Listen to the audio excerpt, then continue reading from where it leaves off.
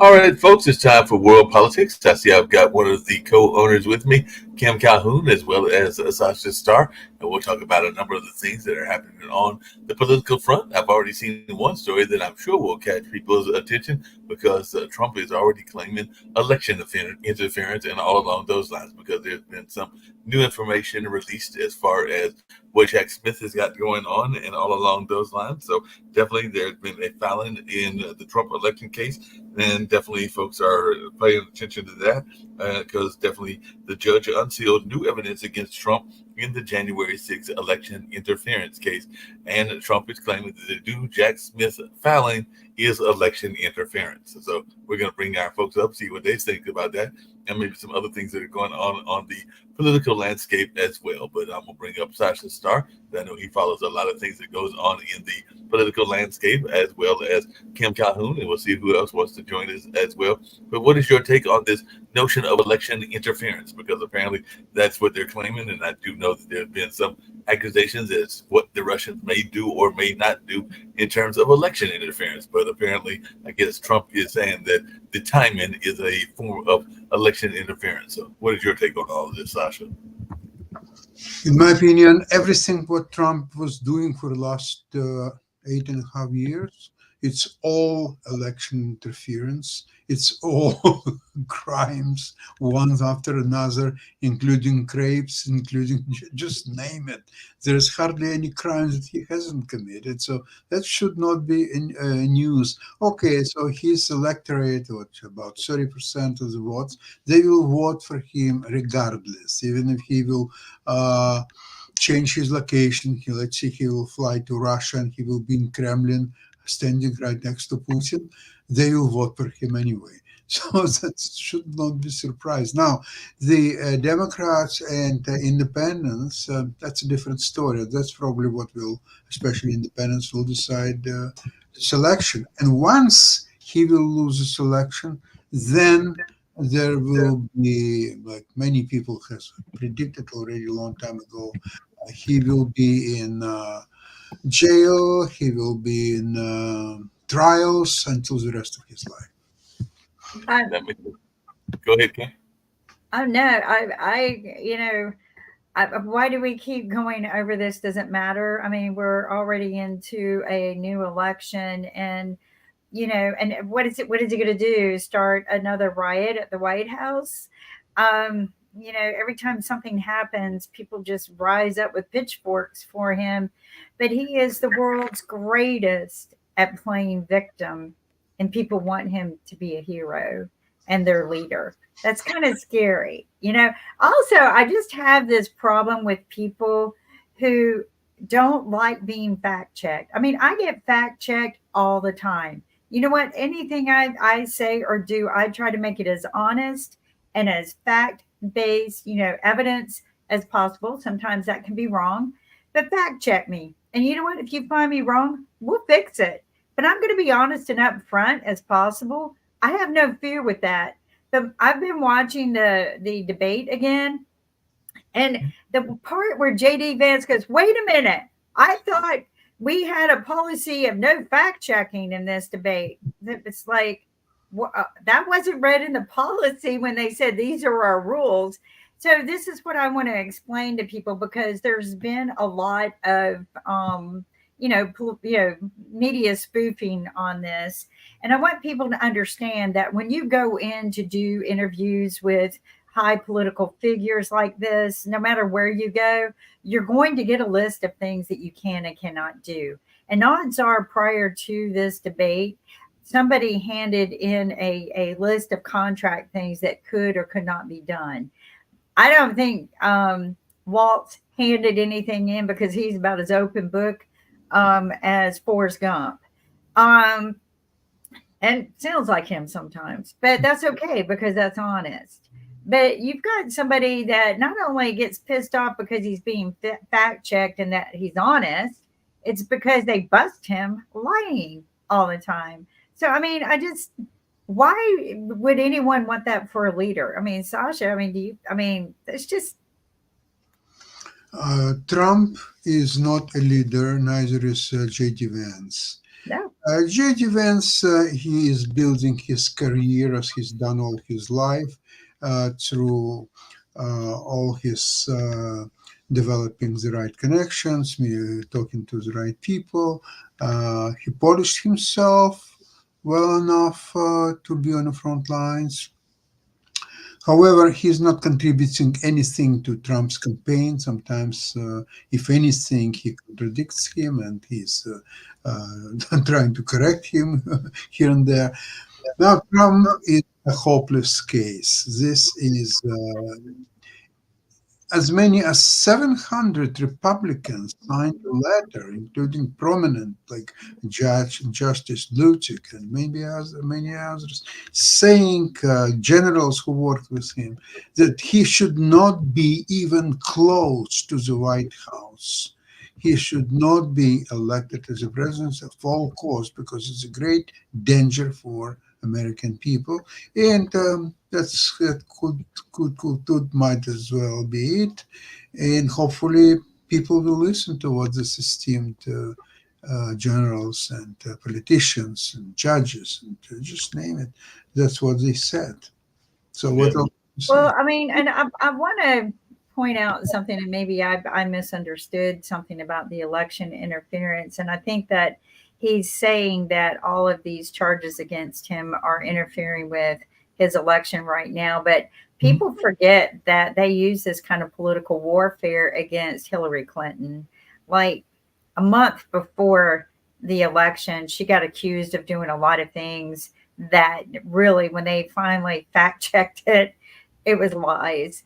And Trump is known to just spread lies everywhere. So I think, I think at this point, I'm pissed off at my country for finding him guilty, and they have yet to sentence him.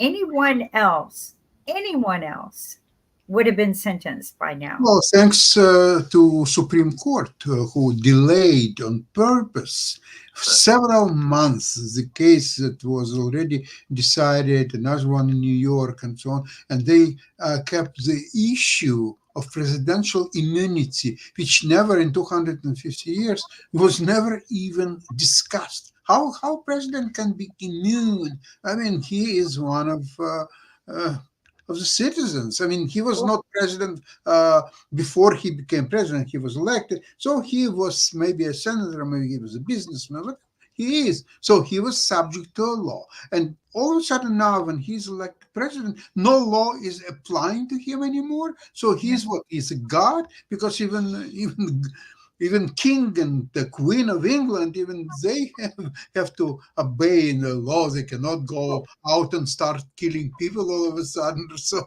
on.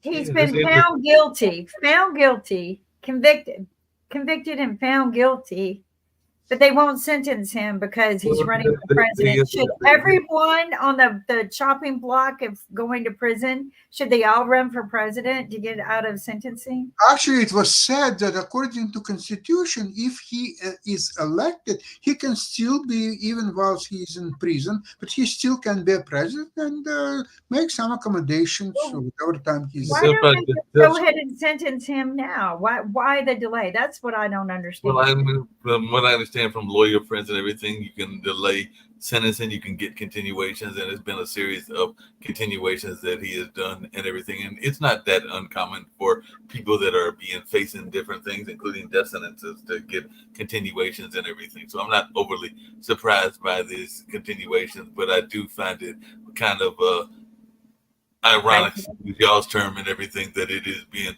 done and we won't really get a sentence, kind of what Sasha's saying, until after the election probably, and by that time maybe he'll be running the government from a jail cell and everything along those lines. But I do have a question, and it's involving the Trumps as well and everything, and I wish Shaquille and some of our other folks that come from the elite were here as well, because apparently some of the elite are complaining because Byron Trump recently invited some of his friends to a private dinner at their Mar-a-Lago club, that same club that the assassination attempt took place and everything. And among the guests were Patrick Bet-David, Adam Sosnick, Tom Ellsworth, Vincent Oshana and Jesse Waters from Valuetainment, the Current Affairs Concentrated podcast. But Donald talked about, or Barron talked about life with his famous father and how the general election in November can change the decisions such as choosing a university, as well as the story of a golden spoon. And during the dinner, many of these folks that are rich spoke about the quote unquote, you love this, Kim, financial difficulties they experienced. And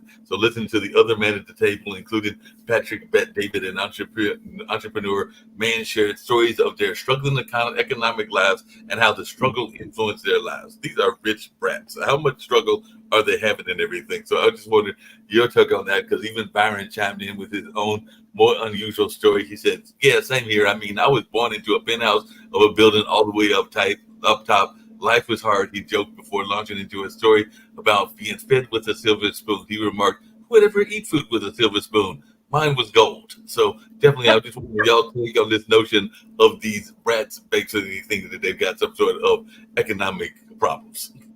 I think they just like the wine like Trump, but they must have a really bad accountant given the fact that the tax cuts that Trump's act gave everyone, which you heard about it in the debate with Vance. You heard about the tax cuts, they were there. And that it cost our country, $5.8 trillion, according to the Wharton School of Law. But, I think that they must have the wrong accountant if they're complaining, because they all got about 40% tax cuts. I mean, I don't know what their $1 million a year income is, but anything over $40,000 a year receive that tax cut. And if you look at what 40% is of 400,000, that's $160,000. So, I don't know what they're complaining about. What do you think, Sasha? Because I know that even when you were in Russia, you probably knew some of the oligarchs that are in that area and everything. But what do you take when you hear some of these rich people, whether it's here or in Russia or whatever, complaining about how their life is so difficult when they're literally people that are homeless and having other struggles and everything? So what's your take when you hear these rich people, wherever they might be, whining? Well, in my opinion, the super rich people, they have to pay super high taxes. Because if you consider that, although many of them, yes, they created some kind of a new inventions or something else that they have to seriously benefit, but how much they can benefit from it? Okay, is it possible that some people are making million times as much as average worker working for their company? So what, it has to be 1 million times that, or 10 millions, or a trillion times? Where is exactly the borderline? What's the right amount is? My thinking is that they were born in this country, most of them at least. They were using all infrastructure, school system, university system, to get ahead in their lives and to get the basics, what helped them to then catapult themselves into stardom. So they have to return some of it in any shape, form, to the society. So I really don't see a big problem if the super rich people will pay definitely much more than average people. This is, to me, it's not even a question. Well, that makes sense and everything. Just really quickly, speaking of super rich people and even sometimes people that maybe steal one person from another person, but there is a former first lady that is out there now and everything, and that is Melania Trump, or maybe she's current, but she's a former first lady, but she's still Donald Trump's current wife and everything. But she recently came out and actually went against her dad, because he recently released a memoir, and in the memoir, she comes out for abortion rights. So, Kim, I was just wondering your take on this, because it appears to be a woman that is in the Trump circle that is actually going up against her husband and everything, because apparently she has made a statement that she is pro-choice and everything along those lines, because she said a woman's fundamental right of individual liberty to her own life grants her the authority to terminate her pregnancy if she wishes, Trump says in her new book, according to a copy obtained by different reporters and everything. And I so think left, she that goes, that restricted abortion is the same as denying her control over her own body. So I just wanted your take on maybe her going against her husband. I think that if any woman watched Waltz on the debate on this particular issue, it may have stirred a little bit of what the in them. And also, I want to point out the things that, they are doing a mandatory surveillance of pregnancies in many of these states. I also want to bring up the fact of frozen embryos. They are considered children. So if you decide that you don't want your embryos anymore and you're in a state where anti-abortion laws are very powerful, you decide to dispose of your embryos, you will be arrested for murder. That's just, they consider the embryo a child. So a lot of people don't know that these laws actually exist. The Republicans have been extremely busy while they've been throwing up smoke screens of making people angry about everything, or maybe, throwing up Trump's sex scandals, directing you way over here when they were doing all of this over here. So there are a lot of laws that actually take women's rights away from them. But if you listen to Waltz and his story about the woman who died trying to get to an abortion-friendly state, you're going to sit there and go, oh my God. And he even says it at the very end, just, it's none of your business. A woman's body, it's none of your business. Let it be between them and their doctor. I mean, I think if more women watched without their husbands watching over them, playing Christian law, I think that they would realize how dangerous this anti-abortion law is. And I'm going to tell people right now, I don't call it pro-life. There's no pro-life about this, because and even Vance mentioned it in his part of the speech when he talked about the woman that he grew up with that said she had to have an abortion, and she thanks God that she had that right, because she said it saved her life, because there's no way mentally she could have dealt with it because she was in an abusive relationship. So even Vance himself said, that it was great that she had that opportunity.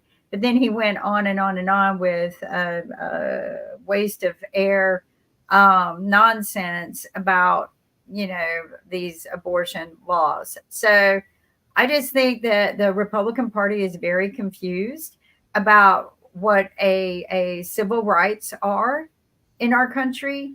And just because you sit there and go, well, it's a state law, I disagree.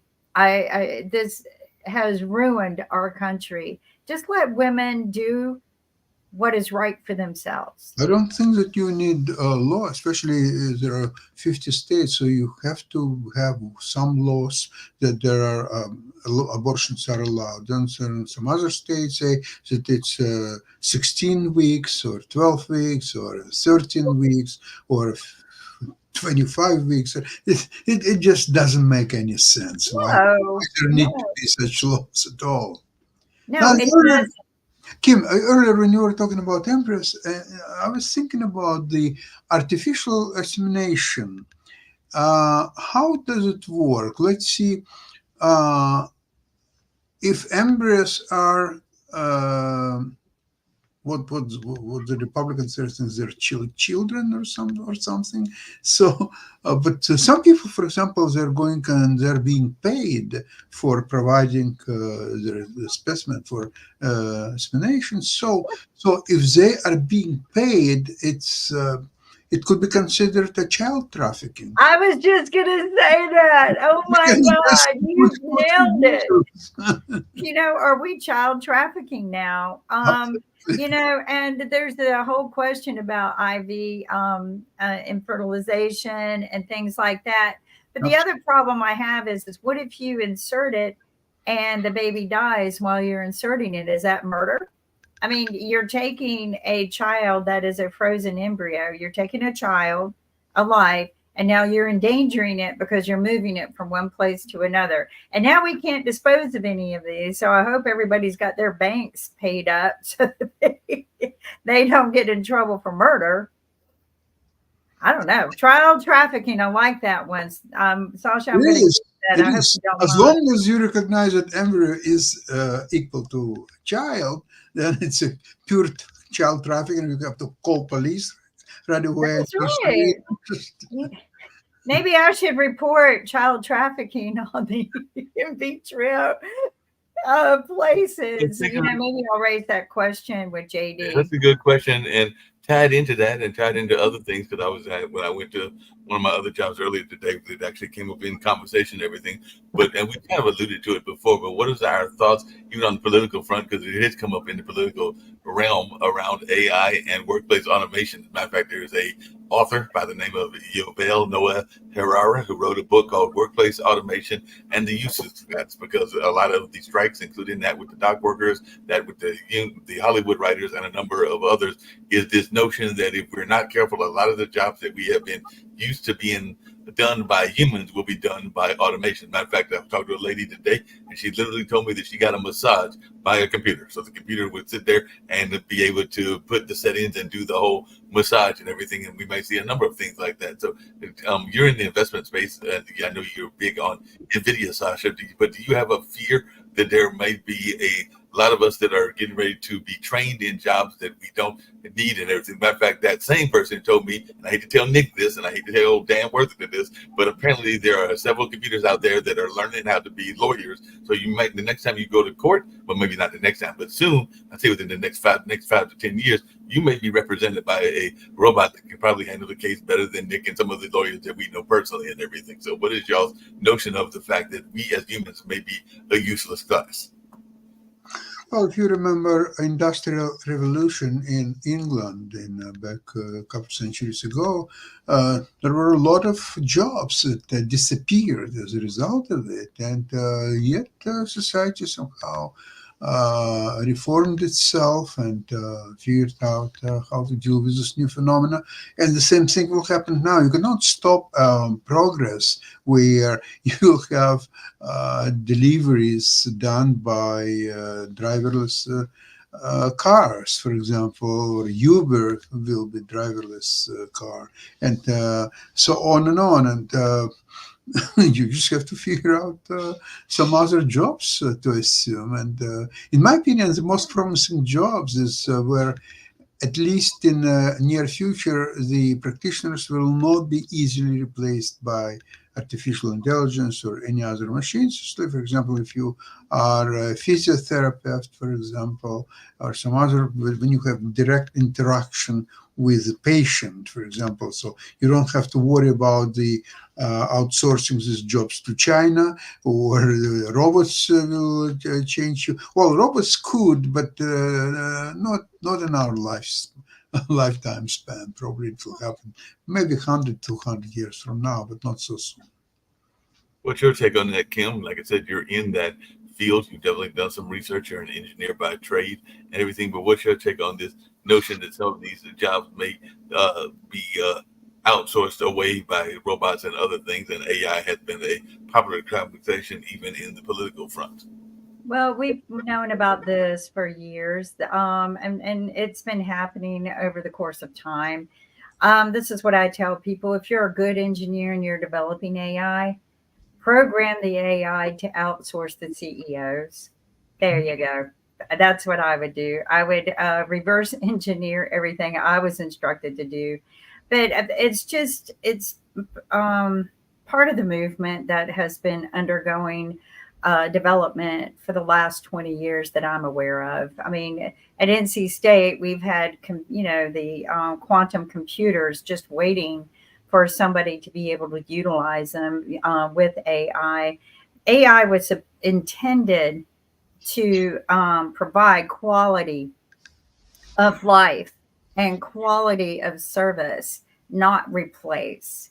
But, as evil always comes in and starts, putting its connections into the web, it's replacing. But okay, so what do? You pivot. I think what will happen in a few couple hundred years from now or more, Uh, there will be actually redundancy of all human work, whatever humans can do. Probably 99% of it, if not 100. Uh, so there will be probably reservations being built for people, so they can leave. They have food. They have whatever they want to do there, and just stay there and be quiet.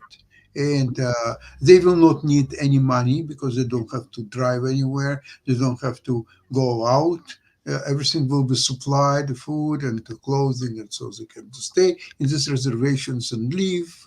They will have probably some medical provisions, some probably they will have a great health because why would they get sick if they have a place to live, they have food, they have anything what they want to have, and just stay in these reservations and shut up. That's probably what's going to happen. I think you could see a lot of movies that kind of predict our future.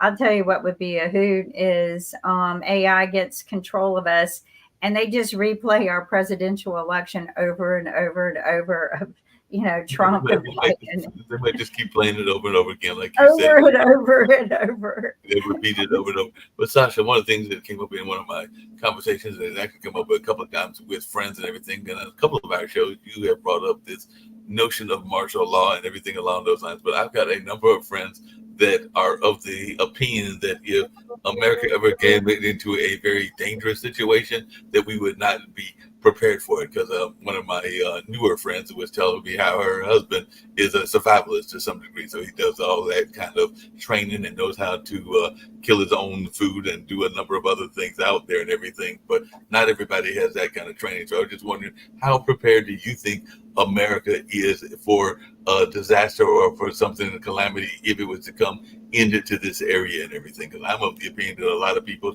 we have a hard time getting around in parts of North Carolina when snow comes and everything. But if it was actually something that hit our front lines, it might be not that many people that could survive. And I don't know how it is in Canada, but how do you think America and even Canada is prepared for a disaster should a disaster hit them, but like a foreign invasion, kind of what y'all have been going through there in Ukraine? Not prepared at all. And all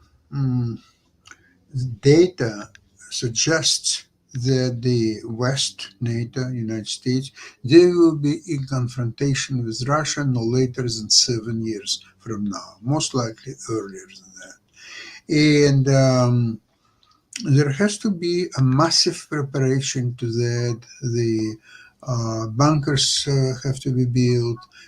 People have to go through.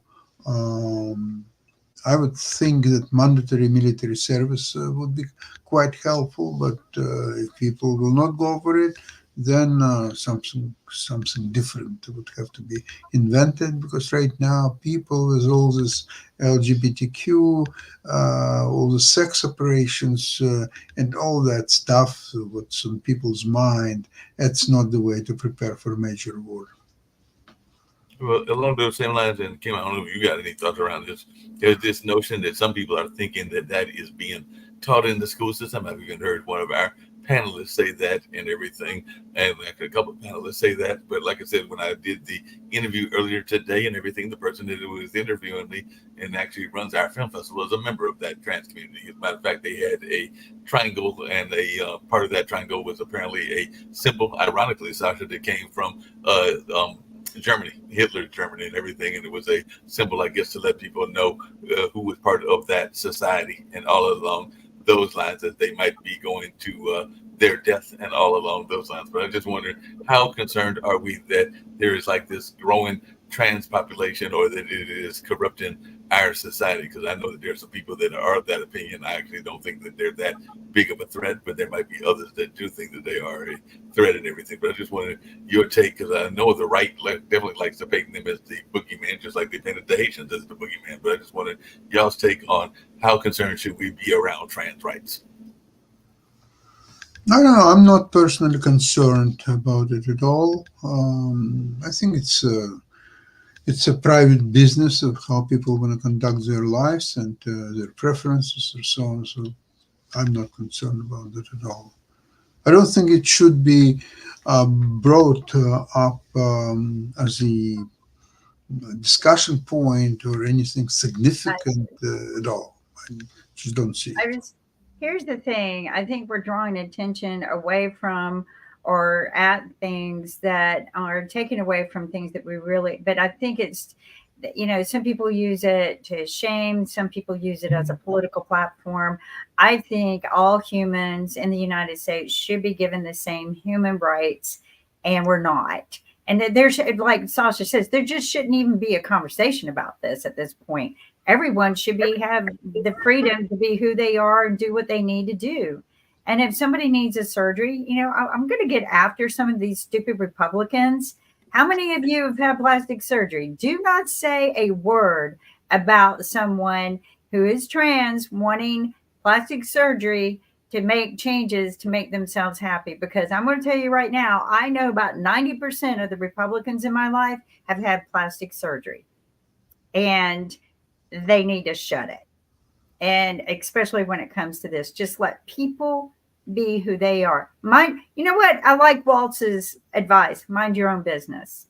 Yeah, yeah, that's very well said. Pretty Yeah. much what you're saying, That's some Sasha. good, Just solid mind your own advice, and I business. You definitely. don't need to know it, right? But you, Right. But, I yeah, just, but speaking of minding your own business, there is something else that we talked about on this network quite often. It was actually kind of in the debate, I think, to some degree, even though it could have been more talked about because there were a couple of issues that were not addressed. We never heard any conversation about the cats and dogs and those quotes and some other things that have been in the news that was not covered in the debate and everything. But there is and I don't know how it would work. Maybe y'all got some I'm theories so thankful because they did. there have been some people that have said that housing needs to be a basic human right that everybody's entitled to housing, but you still got to pay for the housing. So I'm not sure how that would work because, like I said, water to some degree. I mean, there's things even in your house that you either wind up paying for it is paid as part of the package if you live in an apartment and all along those lines. But how would that work that the housing would be a basic human right? And are there going to be people that are going to pay for those that can't afford the housing? Because that's what I I don't understand one thing, Mark. Just we don't have it in Canada, and I'm surprised that what you're saying is that everyone is entitled to housing. How is it possible? What makes people to be entitled to houses or apartments or just anything? Well, How? like I said, we've had, and that's what I'm asking. I don't know the answer to that either. I know Nick has brought it up a couple of times. I think Kim and other people have brought it up. So I'm trying to figure out how that would work because I think that I don't it think will. I ever brought up entitled for housing. I do get involved with volunteering to help build houses for Right. people who there's no way in the world that they can get ahead, like people with mental health care problems. And so what we do is we build them transitional homes, which I'm very proud of because these actually are a form of reform, a form of healing. It doesn't just take somebody with mental health issues and kick them back out in the street when you think they're better. It actually is a transitional home. So those I don't think they're entitled to them. It was just to help. That's the point. That's the point. They're not entitled to No, No. but it's there to make reform better and Yeah. to prevent recidivism of an illness. But But as far as people it being entitled to something, I do agree with something that I have learned all over the world.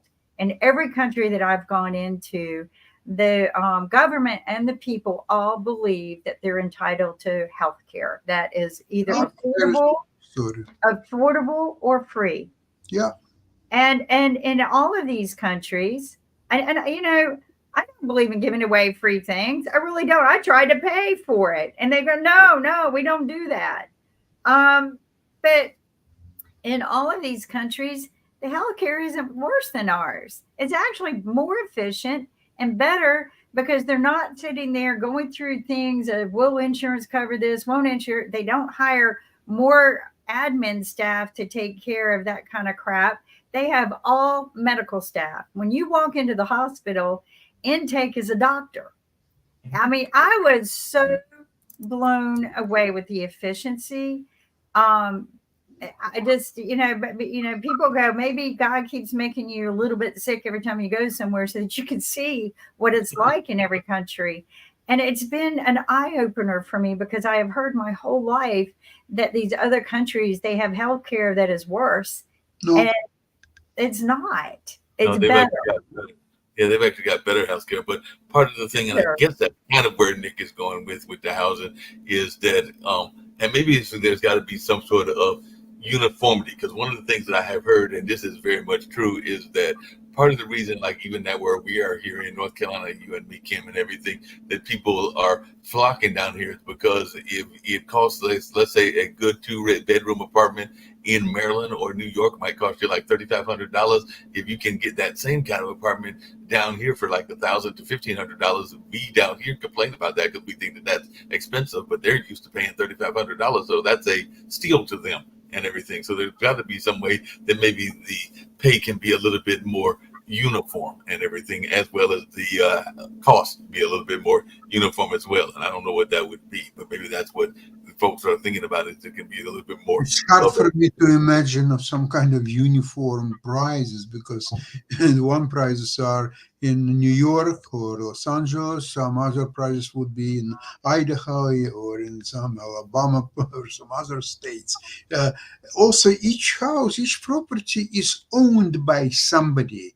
Either it's a company or individual or someone. So how you can argue with that company or individual or whoever owns that particular property to establish, okay, you can collect rent, but only that much, and you can go no more than increase of say 2% a year or 6% a year or whatever. There is a rent control, for example, in Ontario, in Canada. There is a rent control.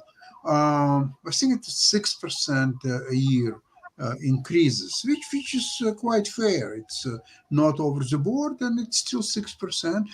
However, there are cases where landlord, because he wants to definitely collect more rent, so he does not continue the existing contract, kick out the people who live there, and then increases 15%, 20%, or whatever he wants to do. Although it's not so easy to do because, according to the rent control, there But has to Georgia, how be would you deal with the? what? How would you deal with? How would you deal with the absentee landlord? Because there, I can tell you right here in North Carolina and throughout, there is a major landlord company. I think they're based in Texas. They might be based in Florida, but they've got apartments all over the country and everything. And a lot of times they don't even know. I mean, they're raking in tons of money, but they don't even know the status of their own property and everything. Well, they have managers running the property for them. How do you run I don't know property? how much the managers are actually talking to the absentee landlords. That's what I'm kind of going for and everything. But I could be wrong and everything. Rick, I see you're here, and what we've been talking about is the notion of housing and some of the other issues that are out there, including automation, which I know is one of your favorite topics that I was mentioning a friend. Well, let's to talk about housing. During the VP debate, they talked about the commodification of housing, where Right. you've got big investors. And so my favorite example is a fellow named Sean Hannity. Mhm. You might see him every night on Fox. He makes $35 to $40 million a year. He takes that money, $100,000 a night, he plows it into rental properties. He owns about 1,100 rental properties. Yeah, he's made a fortune off of the tragedies of other people's stories. Well, even Trump has done that and everything, and Yeah, that's what that's what I'm saying. Yeah, A lot no, of but I people- love, I mean, Sean, it's funny you watch Sean Hannity so much because he is such a Trump supporter. He's interviewed Trump several times during this political campaign. So I'm kind of tired of Sean. Yeah, All they he's in the talked White about House. was negative things about Harris instead of just anything about what Trump will do for us. So I just kind of got tired of it. But I mean, I don't know if any of y'all had to watch the debate as much as I did, but I had to do some cuts from it for someone. And so unfortunately, I had to watch it way too much. But I noticed that Vance had this really unique ability to not answer the direct question. Like when the opening statement of the missiles in Israel, and he goes, "I hold on just a second, because oops, I counted this a few times, but he said, "I'm going to answer that question, but," and then he goes, "I'm going First, to I'm going to introduce answer my own myself." question. Yeah. Right, Yeah. and then But I then mean, then everybody does that. I'm going to answer that question. Da, da, da, da, da, da, da, da, da, da, da, da, da, da. And then the last 30 seconds, he answers. And I think that Israel, I mean, it was apropos, but there was no answer other than just let Israel do whatever they want. There was no answer of what do you think we should do about all of this. I just thought it was funny that at least 4 of the questions that he was directed, he answered in exactly the same way. It was always, and I counted so far, I hadn't even gotten through half the debate, that it's over 50 times he blamed things on Kamala. And I'm like, my God, she was just the vice president. Well, Kamala's policy, well, All right, Kamala's but this. It's not Kamala's policy. She wasn't the president. No, So, but they're trying I mean, so they did that to several folks and everything. Hey, Rick, just really quickly. so debates we've seen. Go ahead. go ahead. So Well, what? we've seen in the debates what debates are good for and not good for. They're not good for learning about policy because there's No. no time and the candidates don't want to discuss policy. They're good for judging deportment and, maybe whether you're too old to be doing it. And so, the first debate with yeah, Rick, along those same lines, there is other things that are going on politically, not just the national one. And y'all have a very important one in California, and it involves a baseball player. And I just wanted your take on that and everything because I've been following baseball. Garvey. Well, he's got no. Yeah, Garvey versus Schiff and everything. So So- who's going to win this? Because I know that y'all's election is coming up in November as well. And Steve Garvey was very popular with the Dodgers, who are back in the playoffs again. I think it's a top seed. It doesn't matter. Okay. It doesn't matter. He's my ex-boss's favorite baseball player, but it's a state that's 2/3 Democrats. Garvey has no competence, and really, can you imagine what would happen if I ran for major office? All the tweets, all the nakedness, all the stuff at times I've talked about what AI porn is doing. And I'd be an idiot because all that stuff would come out. But Garvey is that kind of idiot where it turns out he had a bunch of illegitimate kids. He was mean to the kids. But most people don't even know that because he's not even a blip on most people's radar. But yeah, he's going to lose, I don't know, probably 65-35, 62-38. He's got no chance. But didn't they try to do that to Walt? Because wasn't there an accusation that he slapped somebody? Because I think I heard that recently as well, that he was involved in 12 years ago. 12. All right, here's the deal. So Doug Emhoff marries Kamala Harris 10 years ago. Mhm. Before that, he had a whole life. He had a first wife. He had an affair with the babysitter, got her pregnant with the first wife. Then he had a girlfriend. So in 2012, they were at some function and he got ticked off and he slapped her hard, according to what the girlfriend says. But this was 12 years ago. And he's not running for office. No.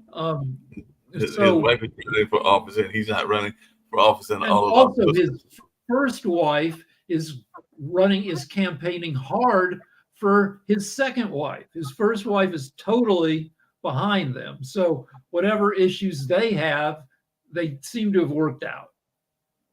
Yeah, definitely sounds like they've worked them out and everything. That's very interesting to hear that. I mean, the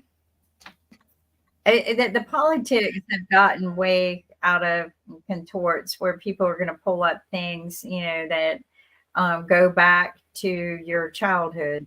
I mean, it's just, if you've got any skeletons in your closet, you might as well empty them on the day you. Well, I was going to tell this story last night, but I forgot we didn't get around to talking about Emhoff, where back in the 80s, a million years ago, when I was in college, I had a girlfriend. She had a lot of testosterone, just naturally. Big, strong lady. And we were bouncers together in a bar. She was a better bouncer than I was. She was better at taking people down when they were drunk and fighting. She would, you know, she would hit me with stuff and like the fourth time this happened, I hit her back. And I'm like, uh-oh, that's a bad thing to do. So I immediately drove myself down to the police station, and well, because I was friends with all the cops in town because they came into the bars that we worked at and told them what happened. So at least my version of it would be, you know, I could tell it before in case she decided to go to the cops. And they laughed at me because they knew me, and they were like, get out of here with your, they did not think it was a big deal. But yeah, I hit somebody 40 years ago.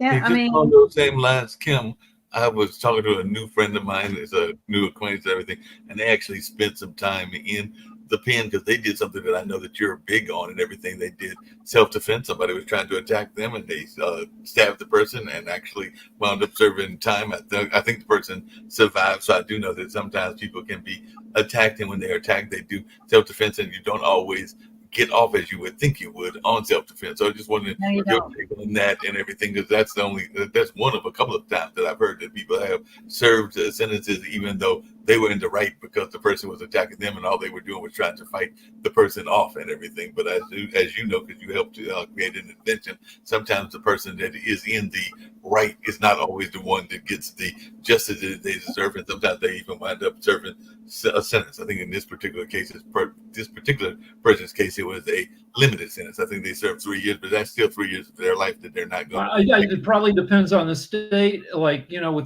with Florida and certain other states, I think they were in stand your Louisiana. ground. They were in Louisiana. Well, Okay, stand well- your ground only goes so far too. And like I was in a courthouse with a victim, and we left the courtroom. The complete courthouse had been renovated, and so there was only one courtroom still operating, and it was for domestic violence and child support. Two really bad things to be going into an empty courthouse too. And as we were leaving the courtroom, I tried to make her wait, but as we were leaving, he was hiding behind one of the pillars and jumped on us to try to attack us. And I'm the one with self-defense, and she panicked. She's 6 foot, he's 6 foot something. And I'm tiny. I'm, 5'2", but I shoved my self-defense training. I thought, it's like immediately my brain went into thinking ahead. Now I haven't trained in years, but immediately I shoved her into the room screaming for help, and I threw a punch at him. Like it was like one move, right? And it was back off of me and get her to safety. And he ducked and ran, but I was told that if I had landed that punch, I would have been the one in jail. Huh. Yeah, So, I don't know. I don't know. I thank God I didn't land the punch. He ran, but I don't think he expected my but you practiced it, so it was on the tip of your brain when something happened. Yeah, That's I good. mean, and it happened to me in France too. And somebody attacked me. I was alone, but I was in a crowd. And the way they attacked me, I really, they were very experienced in doing this. And if I hadn't had self-defense training, I wouldn't have gotten away. But I started thinking things through rather than panicking, and found a way out by shoving my fist into his rib cage, and he couldn't breathe. He had to back off because he couldn't breathe. And, people said, why didn't you scream? Well, by the time I got that much done, because he had my mouth covered up, and he backed off, I went to grab my knife because I carry a knife with me when I travel, and he ran. I didn't report it to the police because, one, I didn't have a good enough description of him. I'm in a strange country. I only had 2 days left there, and I just wanted to go home in peace. But you had practice. You had experience. Like I'm probably still a big wussy, but I was an even bigger wussy when I was a kid. And I'd back away from stuff. until I got in enough fights, and then I worked in bars, and drunk people would hit me in the face, and I learned that it's not that you don't go flying across the room, and so like, The movie. Yeah. But I didn't know you were tiny. You're about the size of Harris. She would, if elected, she'll be I think our smallest president ever. Yeah, I mean, she's my height, probably tinier than me, in better shape. But yeah, we're tiny people, but don't mess with her. I'm going to tell you what, she's not only a darn good prosecutor, but she had to work her way up those ranks. And I'm certain that her training, far exceeds mine. But I'm just thankful I did it, because my reaction to situations are a lot more better thought out. I will look to see, can I walk away from something? Can I talk my way out of it? Can I back my way out of it? I will say this. I no longer will go approach somebody in a car that's sitting outside of my property because of what happened to my niece and her boyfriend, where this gang came to her house and shot and killed him at 5 a.m. in the morning. And, they knew who the gang was, even though they had masks on. They said, they went out to start an altercation. Hey, just leave, go away. Well, somebody was sitting out in front of my yard last night when my guests were leaving, and they were going to go up and say something to him. And I go, no, they might have a gun. If they are still there in an hour, I'll call the police and have the police. But I no longer approach anyone to see if they need help, to see if there's a problem. You know what I mean? I just don't. Yeah, I've changed my behavior a little bit. Like, I don't try to teach people lessons in traffic, that's nobody ever there's no outcome that is satisfying, and you, like you said, you could get shot. So Mark, when I came in, you were talking about automation. What aspect of automation were you talking about? So AI, how has it changed things job-wise, replacing jobs, and how is that impacting our future, even in politics? I think about this every day because I know you do. I'm writing a novel about right up your alley, Rick. But I was saying that one of my coworkers at the Cultural Center was mentioning this book. It's something at the useless class, but it basically talks about how we as humans are becoming useless as workers and everything. And it was even one of the people that I was talking to was a filmmaker, and she was saying that there was he knew somebody that went to get a massage, and the massage was done by a robot. So you literally could put it in the setting how you wanted your massage. So, all right. So the deal is, we might be useless as workers in an increasing number of fields, but we are needed as consumers. Even if AI is running more and more of the world, they still need us to help, drive the economy. And what you've heard about Elon Musk he's putting chips in monkeys' heads to see if, and he's put them in a few humans to see if the humans can control stuff just by thinking at the chip. And who knows who's going to end up dominating the market? But because there are a bunch of, but eventually some companies will figure it out, and people will have chips in their head. For instance, Michael J. Fox has a chip in his head to help with his Parkinson's. Some people look at Biden and say he might have Parkinson's. So if so, and then they put a pacemaker in his head, if I were a Republican, I'd say, how can we trust that? He's got a chip in his head. How do we know that chip isn't controlled by China? Yeah, it's, and that's what I would be very careful of in today's time, is anything micro chip is coming from other countries, not just China, from India, from countries that actually hate us. And I don't think I would, at one point in my life and career, I thought, yeah, I would inject a chip in me because, we talked about it in smart cities. And now I don't think I will. I think that there's more opportunity for hazards and dangers to be installed. Plus, nothing's made with any quality anymore. Right. So I mean, like in science fiction movies, everything's amazing. But in real life, by the time it gets to you, it's amazing for about a minute. And then the rest of the time, it's kind of grubby and your screen is cracked and it's annoying. And same thing when we get, but I believe that that if you want to be competitive in the future, you'll probably have to be more intimately linked in some way to AI technology. And I don't know, say it's 20 years from now and we've got another very old person either on the Supreme Court or as president, and the same deal, like Biden. Maybe Biden just needs a chip in his head to make him alert during the times when he gets sleepy, but how do you trust? I think now, if he's got Parkinson's, I don't know what they can do. But I don't think he does. He might have some other thing they've talked about where, like, he might have neuralgia, where he's got pins and needles in his extremities, which makes it hard to sense how your feet are landing. Yeah. It could be that. It could be any number, or he could just be old. But I was just, using that as a hypothetical. But yeah, you land a point there. One of the things I've discovered is I don't think as humans we're getting enough water or enough hydration.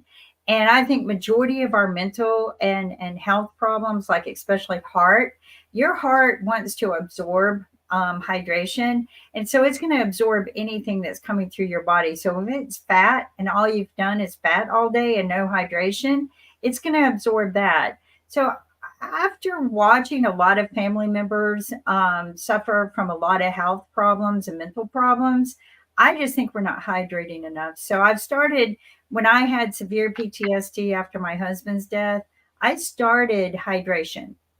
And immediately, where I had this PTSD for a year and the doctors just said there's not going to be any hope for it. And I didn't want to go on heavy medication. The medications wouldn't have helped. The hydration immediately started helping. And by the third month, my PTSD for that problem, the trigger, was gone. So I just think health-wise, we're not doing everything we can in this country. We're expecting a pill to take care of us. We're expecting, things to happen quick. We're a microwave, need it now country. Some of the pills are amazing, or like it's an injection, but Ozempic is amazing. It solved, if you have a weight problem, it was almost impossible to address it because it takes diet, exercise, discipline all the time. And if you're a mom, or if you've got other stuff going on in your life, you don't have time to manage your weight. You're going to sit down with your family. You're going to be happy at the end of the day you're going to put on weight because food is delicious. But with this Ozempic stuff, if either you're fat enough that your doctor will give you a prescription, or you're a celebrity and you can afford to buy it. They sell it on Amazon, so you can go on Amazon and get it. I know people who are taking it, and if you want a prescription for it, all you have to do is be near diabetic. My recommendation is don't force yourself to become near diabetic, because that's not a reversible situation. But people want the drugs, so they're going to do whatever they can to get it. Personally, I think that our country, and our politics are addressing all the wrong problems. Our country needs to be addressing the health issue. Nick couldn't get health insurance in Spain unless he lost weight. There you go. I think that we're just not facing the right problems. Unfortunately, Rick, God, I love this conversation. I love the fact that it's just the two of us. We need to do this again, but unfortunately I have to end the show, and I'm going to see you next Tuesday. Meanwhile, everyone, stay healthy so you stay wealthy. Take care. All right. Bye.